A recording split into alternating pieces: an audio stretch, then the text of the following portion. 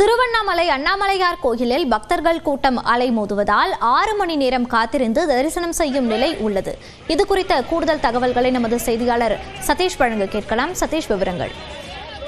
மோனிஷா, நினைத்தாலே முக்தி தரக்கூடிய திருவண்ணாமலை அண்ணாமலையார் கோவிலில் வாரந்தோறும் ஞாயிற்றுக்கிழமைகளில் லட்சக்கணக்கான பக்தர்கள் திருவண்ணாமலைக்கு குவிந்து தற்போது ஒவ்வொரு ஞாயிற்றுக்கிழமையும் நீண்ட நேரம் காத்திருந்து 5 மணி நேரம் 6 மணி நேரம் காத்திருந்து தரிசனம் செய்யக்கூடிய வழக்கம் தான் கடந்த சில ஞாயிற்றுக்கிழமை இருந்து வருகிறது. குறிப்பாக இன்று முகூர்த்த நாள் என்பதாலும் ஞாயிற்றுக்கிழமை என்பதாலும் இன்று காலை முதலே பல்லாயிரக்கணக்கான பக்தர்கள் திருவண்ணாமலைக்கு குவிந்துள்ளனர்.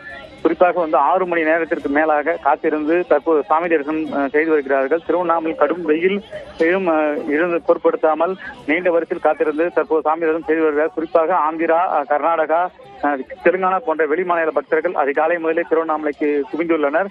குறிப்பாக அண்ணாமலையார் உண்ணாமலையாருக்கு அபிஷேகம் ஆராதனைகள் செய்யப்பட்டு இன்று அதிகாலை 4:30 மணியில் நடை திறக்கப்பட்டு தொடர்ந்து இதுவரை 6 மணி நேரம் காத்திருந்து 50,000க்கும் மேற்பட்ட பக்தர்கள் சாமி தரிசனம் செய்துள்ளார்கள்.